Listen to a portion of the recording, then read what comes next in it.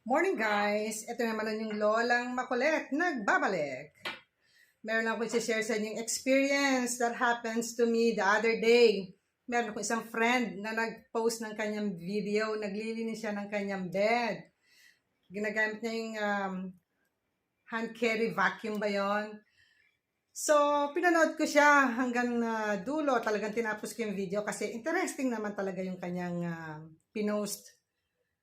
Then, after that, nang mapanood ko yung kanyang video, so, syempre, nagustuhan ko, nag-react ako, and after that, nag-comment. Huwag ka day. Dun sa comment na sinulat ko, wow, pagkasend ko, binigyan agad ako ng notification ni Lolo Meta. Yung akin daw words is not good. It may go against community guidelines or community standards. Maaari daw maging violent yung aking words. Ano ba naman dun sa akin sinabi? Kasi di ba guys, kung napapanood nyo, nagpo-post din ako, naglilinis ako ng bed. At meron akong ginagamit na yantok. Yung yantok, ginagamit ko yon pangtanggal ng alikabok sa aking kama. So, ano man tawag doon pag ginagano mo yung yantok? Anong tawag doon? Yun yung words na hindi pumasok sa community standard.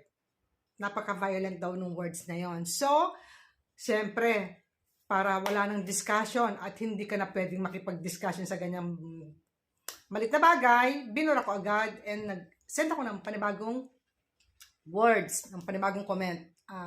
Finally, na-accept naman. Okay naman yung aking comment. Sinimplihan ko na lang siya. Kasi naman, syempre, pagka magko-comment ka, yung, kung anong naramdaman mo, yun ang sasabihin mo, di ba? Ganun yon. Eh, hindi pumasa kay Lolo Meta. Kaya, pinalitan na lang natin kaysa naman mapalo pa tayo uli. Hindi lang nangyari sa akin to ngayon. I think it happens already 2 or 3 times na, ewan ko, nangyayari din po ba sa inyo yung ganito?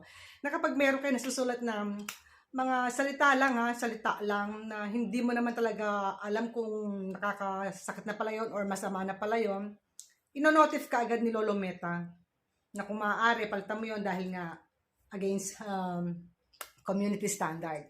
So guys, ilalagay ko dito yung aking message dun sa friend ko na nag-comment ako sa kanyang pinost na video. So, panoorin mo to ha, para makita mo kung ano yung nakasulat doon.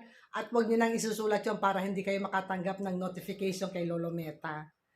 I hope nakatulong naman tong isang word na to para maiwasan natin ang pagkakaroon ng konting violation ng hindi tayo mapalo ni Lolo Meta. Alam nyo naman ngayon, masyado nagkakahigpitan na dito sa social media. Gawa ng mga kaldero na yan. Ang lola niyo naman nag-carton challenge. Ayan, nakikipag-challenge ang karton ng lola. Nakadress ang lola niyo, okay?